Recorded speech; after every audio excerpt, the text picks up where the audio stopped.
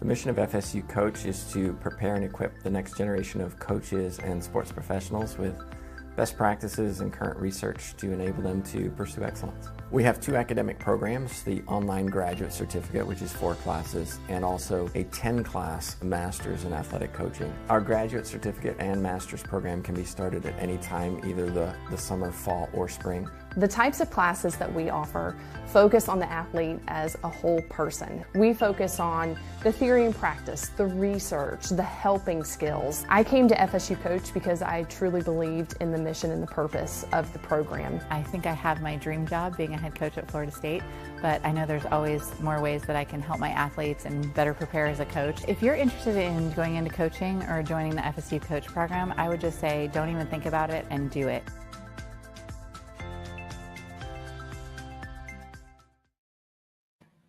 Well, hello everyone. Welcome to another edition of FSU Coach Live. My name is Tim Baggers, and joined with me is Dan Talbot. He is the County Athletic Director for Polk County here in Florida.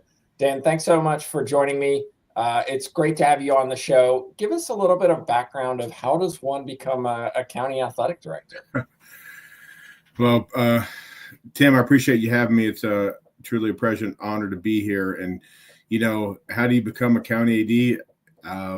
You get lucky. I mean, and at least in my position, I'm fortunate enough to be the district athletic director for Polk County Public Schools. And, you know, if you look at the history of our job, I am the 3rd person since 1974 to hold this position in our county. So it's one of those, one of those jobs, in our unique situation here in Polk County where you get this job, it's a great job and you don't want to leave, and it's what you retire from. I mean, the job was invented. If you think about the world of athletics and how, like, Clay County just had their job, they made this position, a few years ago, and other districts are entertaining the same thing. And, this position was created in 1974 in Polk County. And then Theo Saliba had the position. Then Don Bridges took over for Theo Saliba. And then I was fortunate enough to take over for Don Bridges in March of 2016.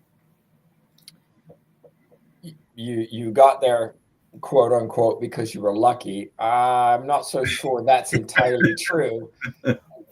What was your experience that allowed you to become somebody who can take this position? Coaching, athletic director, what's the story?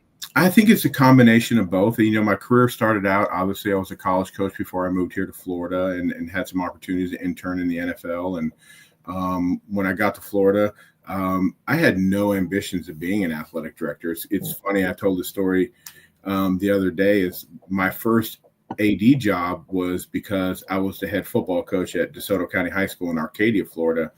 And that what was the position. You were the head football coach and you had to be the AD. So that was my first taste of being an athletic director. Obviously, after DeSoto, I moved on to Lakeland High School, where I coached there a few years and then became the athletic director and still remained the assistant head coach at Lakeland High School.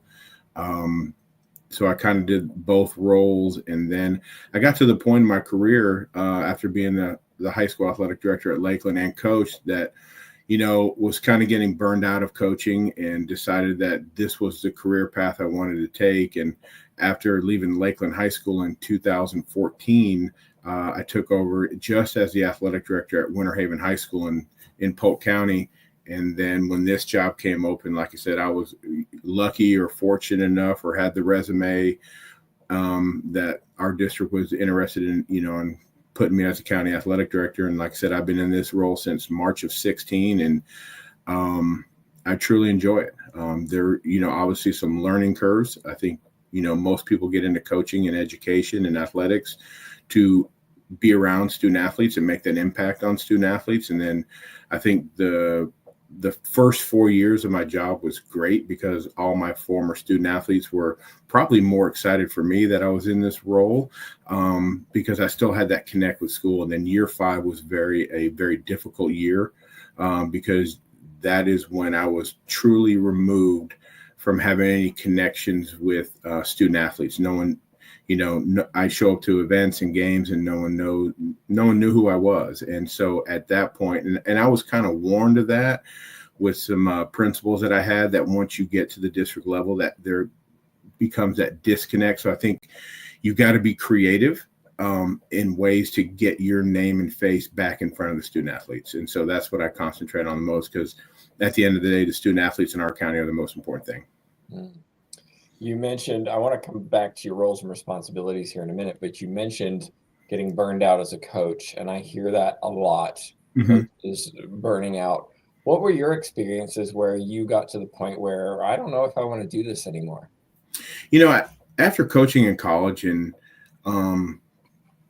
seeing the negative side of it, I think people, you watch the national championship game and you're like, oh man, I would love to do that. And, but being in college and coaching, I was the coach that was single in college who always had to have a 2-bedroom apartment, because you never knew the coach that was going to come home to a note because his family left him. I don't think the sacrifice of family time and personal life really gets exposed at the college level. And I got to the point where I didn't know if I wanted to do that role. And I also told myself, if I got to the point when I was coaching where I felt that I cared more than the kids about the program and about winning and doing the right things and educational based athletics, it was time for me to do something else. And I think I got to that point because, and my personal life still suffers from coaching.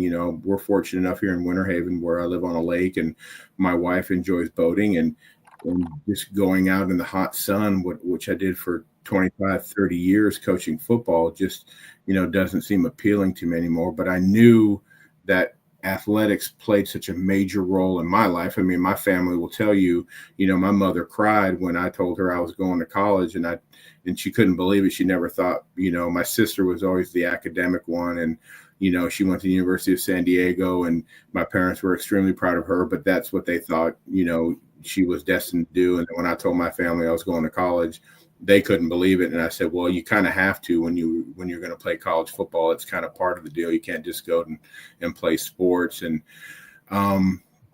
just wanted to be around athletics and still try to impact as many student athletes. And you think about, our position, when you're a coach, you're only impacting so many student athletes. And then when you move on to that, what probably seems to be a natural progression to the athletic director, then you're trying to impact all the student athletes at your school. And like I said, I'm just fortunate enough where we have over probably 12,000 student athletes at the middle school and high school level. And I get the opportunity every day to figure out how to reach them and create more opportunities for them. Yeah, it's one of those things that I've had discussions with about moving up into administration. You lose sometimes sight of the day-to-day that you actually enjoy doing, but at the same time you get the, dare I say, the feel-good factor of knowing that you're impacting many, many people instead of just a few. Yeah, and I think in our role, especially as district athletic directors, you got to be very confident and comfortable in your role that, your name's not going to be in the paper. You're not going to get any recognition. I think you have to be very content with the fact that, since I've been in Polk County, we've started boys and girls lacrosse as a sport, which we didn't have. We brought back boys and girls bowling. We've added beach volleyball, boys volleyball, girls wrestling, and you did, of course, your name's not in lights and banners because you advocated, and I don't think people really understand what goes all into adding sports at a district level. And, you got to create funding for all the high schools. You can't just say we want to add it at one, because that opportunity needs to be available. And you just have to be content, with yourself and be confident in yourself that, hey, we added these sports and the credit won't come to you, but I don't do anything for the credit. I know deep down that, by adding lacrosse and all the sports that we've added to our county, that we have created opportunities for kids to be successful and do things they enjoy, and hopefully that it could lead to more avenues later on in life that gets them into college or gets them in the military, or really focusing on making them productive members of society. So what do you actually do? Field phone calls. Loaded question, right? Yeah. Field phone calls about cheerleading. No, we oversee, the district athletic director role is we oversee all the schools in our district at the high school and middle school level. And you really with our county and the landmass being, we're the size of Rhode Island, so we're very big and unique. We have schools that have 600 kids, and we got schools that got almost 4,000 kids. And it's really like comparison to like herding cats. You're trying to get 21 schools moving in the same direction, but understanding the processes that every school is unique and different in their own way. So creating these cookie cutter processes may not always be the best thing that benefits that school. You know, we have schools that are rural and out in the middle of nowhere. And so we got to be very mindful of doing what's best for all kids and not just trying to benefit one school. We make sure that we're in compliance with the Florida High School Athletic Association. We're in compliance with all the state laws, because if you think about the natural growth of the athletic director position, a majority of people just think that we turn on the lights at 7:30 and two teams magically show up and there's a ball out there and then a game happens. A lot of people don't understand the role that we play in athletics. You know, when I was the athletic director at the school base, I always invited every teacher the opportunity to shadow me for the day. And, you know, every day as an athletic director, there's days of, it can be complete boredom. And then there can be days where there's just not enough phones in your office and not enough time in the day just to manage to do the things you do, because every day is different. I learned at a young age as an athletic director, everyone says, you know, write down the things you have to do and your to-do list for the day and be organized. And the athletic director position is just, you know, adjusting and adapting, because one phone call in the morning will completely wreck your to-do list. But trying to get everyone moving in the right direction for positive and beneficial to our student athletes is the role. And like I said, you got to keep in mind that everything's unique. And I think where some leaders get in is trouble is not recognizing that every school is different and every student population is different. The demographics are different. So when you're putting in processes and procedures, you got to look at it from every angle. I met with somebody recently at the superintendent level who told me that over the past 12 months, there's been about a 25% turnover in superintendents. Mm-hmm. I also met another county athletic director who told me that they had 50% turnover in athletic directors. Is this turnover, whether it be coaches, athletic directors, is it a real challenge for you, given that you have to retrain everybody starting from scratch? And what is that like from your perspective, top down? You know, it was interesting. My first year as athletic director, as the county athletic director, we had no turnover. And then right at the last minute, we had one athletic director leave, and it crushed me, you know, because turnover is such a big deal. And then really it's part of the job. Unfortunately, you know, we replaced 8 last year. And it's just one of those things where you built that into your processes and procedures. You know that you're going to have to retrain them. And the athletic director position, unfortunately, there's a 2 to 3 year, you know, turnover for many different reasons. You know, most coaches get into athletic director. I don't think they have a true idea of what the, you know, position requires. And if you take a course that you look at the 14 legal duties of an athletic director, you know, a lot of people are like, I didn't sign up for this. And then, you know, the dealing with parents and the public and the community is a big part of it. Like, you know, we have a saying in our county athletic director world, it never ends, and it doesn't. I mean, even, you know, you take this past weekend, I had a FI AAA board meeting on Saturday and Sunday, and then I'm co-chair of the NIAAA's host committee. We're hosting the national conference in Tampa next year. So I spent, you know, 2 days in Indianapolis and got home late last night, but it never ends. You're getting phone calls on Saturday. You're getting emails. You know, I got my last email came in. A parent complained about 11 o'clock last night if something happened at a wrestling match. And so we're looking into that today. It never ends. And I don't think people have a true expectation of what the job entails. And then you look at, you know, a big part of our success as an athletic director, where you at the school level or the county level, is support from administration.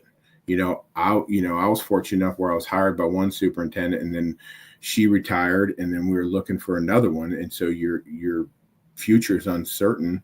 I was fortunate enough to build a relationship with our new superintendent, and so I'm very fortunate enough where I have the support of our superintendents, our deputy superintendents, and all those that truly let me run athletics. And the one thing I think what really captivated me towards our current superintendent is during the interview process when he was here, he said, what's your biggest complaint about the district? And I said, one of the biggest complaints I have is when something goes above our head and it reaches the next level, we kind of get viewed at and looked at like we weren't doing our job. And that person above us feels, now I have to intervene because you're not doing your job. I said, here's the thing. You got the email or the phone call and I know nothing about it. And the only thing I ask is, give me an opportunity to kick it back down to me. Let me work through the process with the parents in the school to see what happened and if it's something that can't be resolved, then I will fill you in and maybe you have to intervene, but you need support from the administration too. So there's a lot of factors that goes into turnover and, the situation that you're in. Like I said, I'm fortunate enough in our county where I have the support of our higher ups, and that when complaints get pushed to his way, because he said it this way, he goes, I'm the superintendent. People are naturally going to reach out to me because I am at the top of the food chain and they feel they have to. And he goes, it's my job to basically kick it down to you. And then if you need to handle it or kick it down to the school level, then you have that option. But I think, many factors goes into, the turnover rate, the burnout rate, it's not just one thing. Now, given that this is primarily for coaches, you work with a number of athletic directors, you work with a number of coaches, and we've had long discussions in Florida about just the situation in coaching. And I'm curious what your perspective is, given that we do have high turnover of coaches in Florida in general. Some counties less than others, but in general, it's pretty high. What can we do from an administrative point of view to help facilitate increased retention? Because if we have increased retention, we have less challenges at a higher level with retraining, with making sure that the issues don't arise that might have arisen with a new coach. What are your thoughts on this?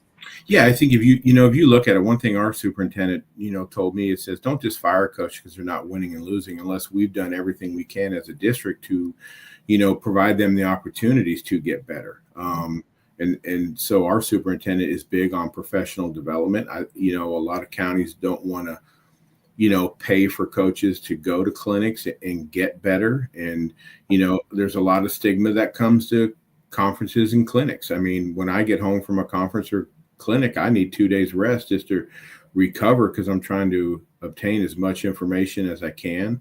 I tell athletic directors too, if you hired a guy to be alone with student athletes every day and to mold and shape a student athlete and to buy into the mission and vision of the school, but you don't trust him to go to a conference because of the stigma of what people believe goes on at conferences. I mean, I find that very funny that we trust him alone with kids, but we don't trust them to go to a conference to do the right thing. So why'd you hire that coach in the first place? Coaches are getting younger and younger. The parents are, we coined the phrase helicopter parents, and now it's coined down to bulldozer parents. And, but, as a coach, you got to learn ways to, incorporate parents into your program, build a relationship with their parents, because at the end of the day, you're dealing with minor children and they're minors and they're legally by law not allowed to make decisions. And, parents are entrusting you to lead their student athlete and provide a better thing. Unfortunately, playing time seems to be the hot topic of conversation. And, 90% of ours, when there's complaints about the coaches, you can tie it back to playing time in some way or form. And parents are just getting more creative in how they approach it. We have a rule here in Polk County, and it's not always followed. And when it's not followed, it causes issues. Our goal here is let's not have a knee-jerk reaction and kick a kid off the team. I always tell them, I said, the minute you kick little Johnny or Susie off the team, they don't hear the reasons why. They just know that they're no longer on the team. So when they go and have a communication with their parents, they said, I'm no longer on the team. The parents ask why. And the coach is going to say, the student athlete is going to say, I don't know. Coach doesn't like me. They're not going to give the valid reasons. And we try to, it saves us the time and, that we have with parents. If you suspend a kid and then have a meeting with the parents, this is what your son or daughter has done. We're going to suspend them. And if they don't fulfill suspension, then, we're going to remove them from the team. And sometimes, they don't like the suspension, that we're trying to hold them accountable and build character and build a culture of doing what's right. And those kids at that time will say, maybe it's not for us. Obviously, when you talk about coaches' retention, pay is a big issue. It's a big issue right now in the state of Florida, because we're losing good coaches to, we just lost one from Edgewater High School over in Orlando, and he's going to allegedly, I don't know, I think he's going to make $180,000. But I think anyone can tell you too that, that whole cliche of more money, more problems will come into effect at that certain point. I'm a firm believer that no one ever truly has quit a job because of money. They quit because of how they're treated.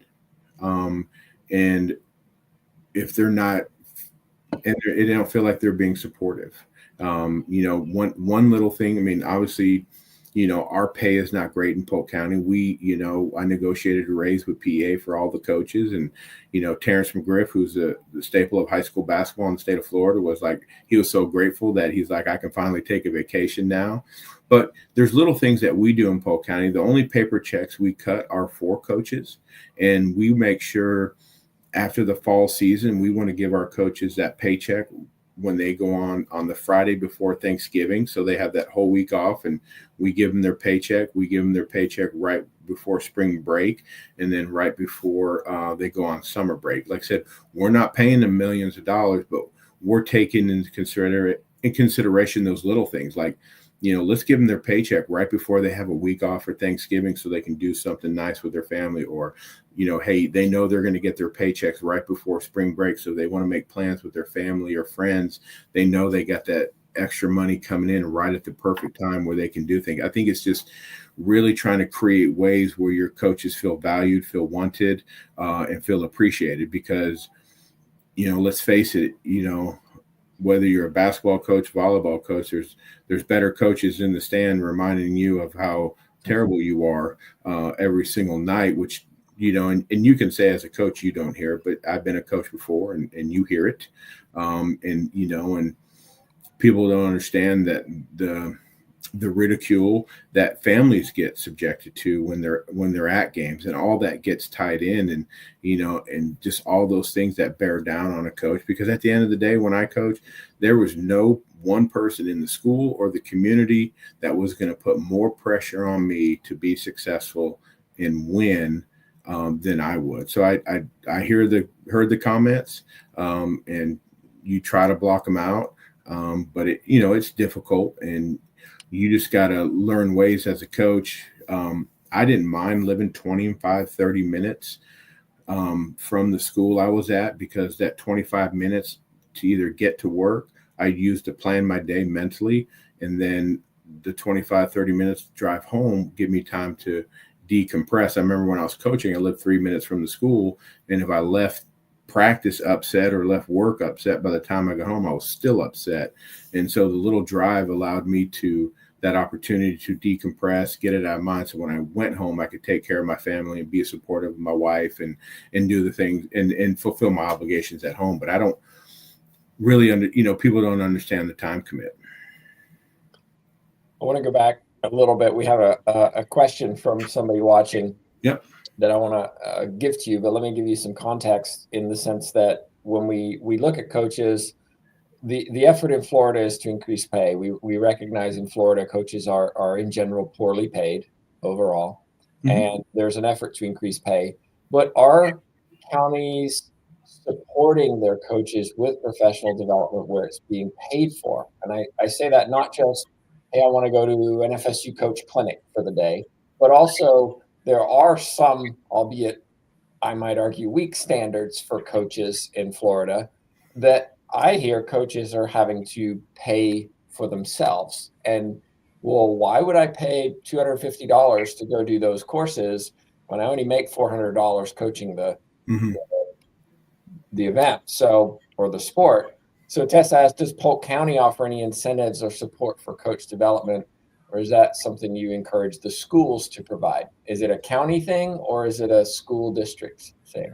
It's mainly, and I see the question from Tessa Taylor, who's the coach in our county. So Tessa, good to see you. I'm glad you got our program too, I might add. Yep. And we encourage the school to do it. I mean, the district provides funding to the school, and then that school has the discretion to use that funding how they see fit. The biggest thing is are the expectations set? So when, I go and do professional development as a county athletic director, I have to provide the district a copy of the actual agenda of the event, but I also have to provide the district of what am I going to do with the information that I obtain, and then tell the district how it's going to benefit the district. Because understand, all our dollars come from public. We're not a private institution where we have a little bit more leeway.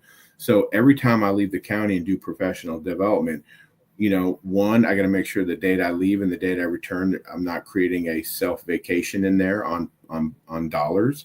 And then two, I need to justify to the district, not what I'm going to learn, because I don't know that prior to going, but when I do learn something, what am I going to do with that information? Am I going to keep it to myself, or am I going to offer an avenue to make everyone else better in the district? How is me going to this conference going to make our district better? And I think when we look at it from that point and hold coaches accountable, one thing we're doing this summer when we do our coaches and PE teachers professional development day that we provide, any coach that goes off to a clinic, we want them to go to a clinic, learn some information, but we want that information to come back to our county and benefit everyone in our county. And so there's no reason. The schools have the funds to do that. And we encourage at the district, to do that because, it goes back to our superintendent talking about, don't fire a coach based on wins and losses when you haven't given them the opportunity to get better and grow. And you can only do that with professional development. Yeah. And I'll also remind people, April 12th, we'll have our next FSU coach clinic in Jacksonville. So if you're in the area, make the trip. I promise you it'll be worth it. One of the interesting things is that other states require coaches to attend professional development every year or every 2 years. Texas being a good example of that. I think they require coaches to attend every 2 years their national conference. What I've experienced providing clinics in Florida is that the ones that need to hear what is being said choose not to come. And it's the ones who really understand the value of education, the value of getting better, they take it seriously. They're the ones coming. So how do we get those who really need this, who may be doing things poorly or making mistakes in their coaching, possibly harming student athletes? How do we get them to come? So you look at it twofold. In my position in the organizations I'm part of outside of my county, I'm the vice president of the Florida ADs, the FIAAA, and I'm also vice president of the Florida Athletic Coaches Association. We provide, a district membership to the Florida Athletic Coaches Association, and in return, those coaches are allowed to attend those conferences for free. But I think, but like you said, people aren't going. I said the younger coaching generation is really glued to this, so we got to figure out how to reach them through this, which is unfortunate.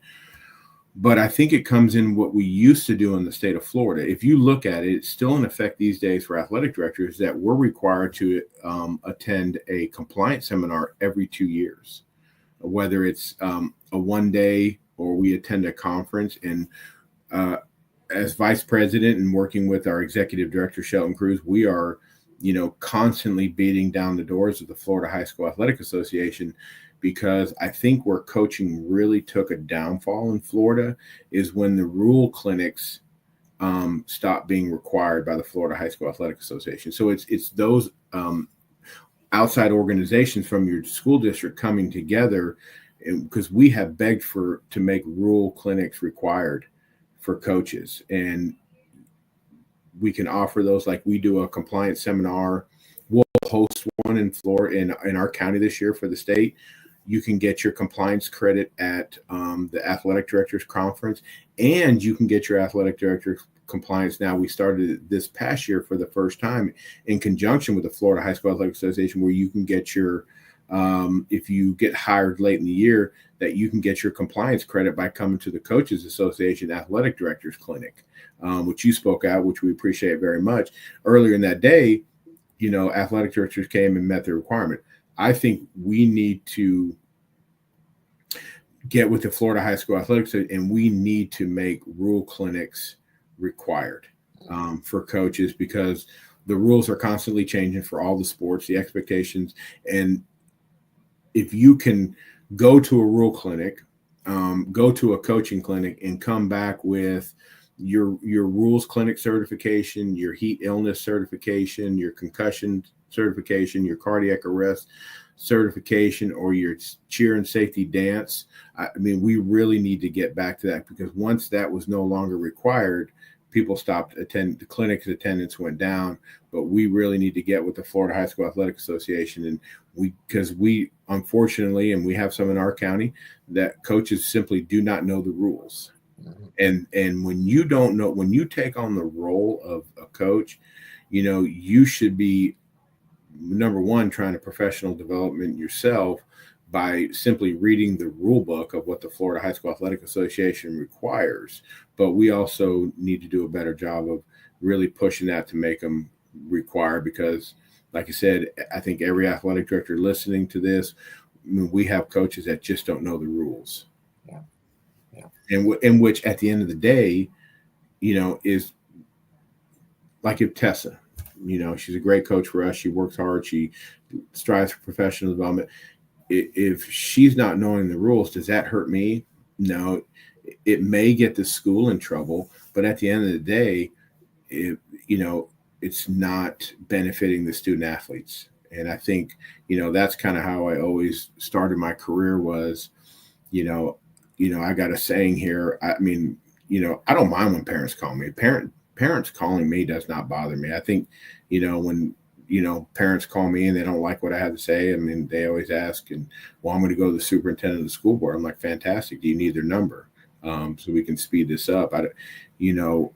Parents don't really bother me too much, because I don't mean this in a bad way or a negative way or to be used against me, but my whole focus on my job and my career is making the student athletes, one, happy, accountable, making them better, productive citizens, whatever they try to do, whether it's going off and signing a Division I scholarship or going in the military and doing those things. That's my focus. And I just believe if we attack the level of the student athletes, if the student athletes are happy, then it's amazing how the parents are happy. And then the parents aren't calling the athletic director or the principal or the county AD or the superintendent. It's amazing if people would just truly focus on what is the most important thing. And it's those, if you coach volleyball, it's those 15 student athletes or the 30 in your JV and varsity program. That's the most important thing. Because when I remember when I was asked to be the athletic director at Lakeland High School, and I was still coaching football, the first question I had is how are we going to handle a situation where I'm the athletic director, but I'm out on the field coaching football in that moment, and there's a situation going on that's happening right when I'm coaching? I said, because if being the athletic director is going to pull me from those kids, that's not fair to those kids. And no one's ever going to fault you for doing the right thing for student athletes. I think some coaches do it for themselves.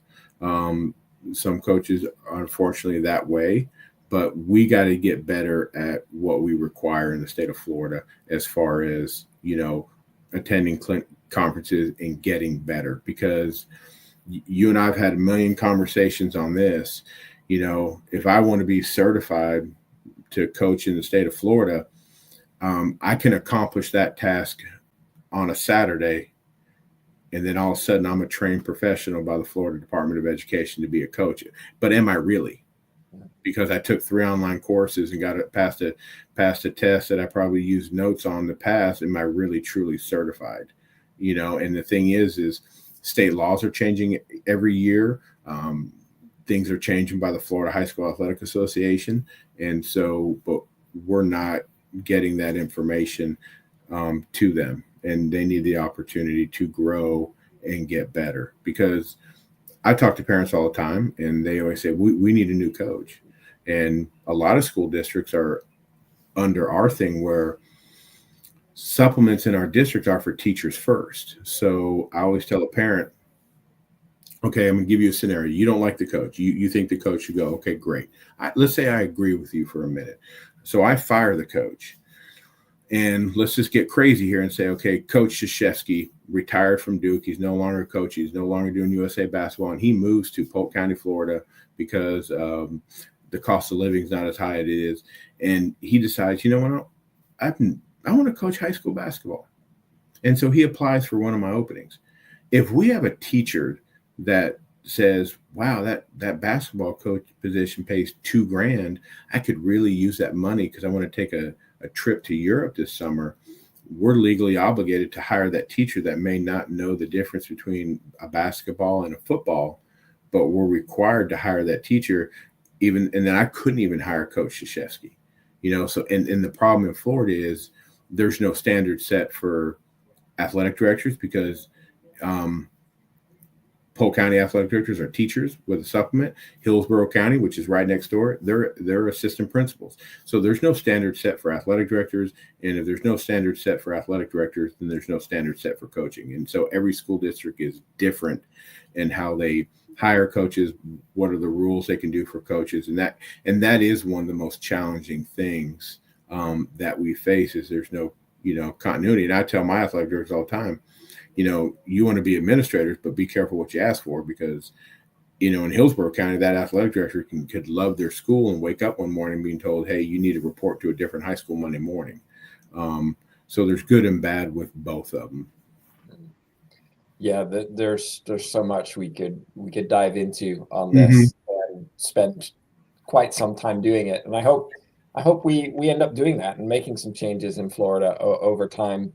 Speaking of time, I do want to be respectful of yours. If somebody does want to reach out and continue this discussion, maybe has ideas or just wants to learn more, what's the best way for them to do that?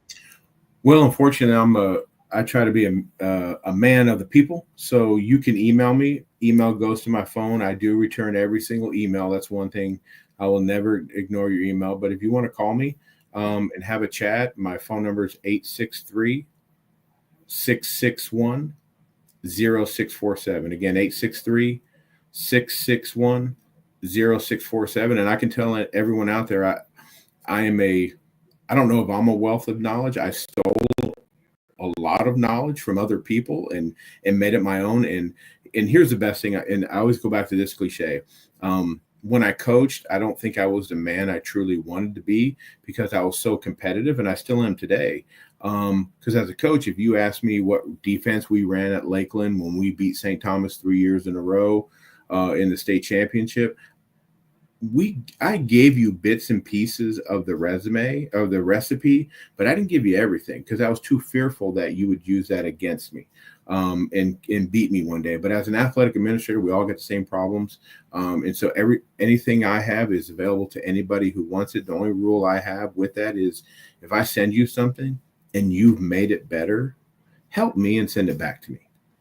And with that, we can work together to, obviously, at the end of the day, is do what's right by the student athletes. For those listening to the podcast, if you want to email, it's dan.talbot, TALBOT, at polk, POLK, -FL.net. Well, Dan, thanks so much for joining me. I really appreciate the discussion. I look forward to more discussions with you. We got some big things we're working on. If we can get that done. So I appreciate you and what you're trying to do for coaches and your organization and what you're trying to do. You're a true blessing to the, we're fortunate enough to have you in Florida. We want to keep you in Florida. So, and I think I speak for every athletic administrator in Florida that, if you need our help, we're a phone call away, and we appreciate what you're trying to do because, you're in a different role. But at the end of the day, we know that you're just trying to make a positive impact on what we're trying to do, and that's the student athletes of Florida. Well, thank you. Just a reminder, everybody, if you haven't yet subscribed or liked or followed wherever you're watching, be sure to do so. We try to do these once every couple of weeks during the semester. But on behalf of myself, Tim Baghurst, and Ben Talbot, thanks so much for watching.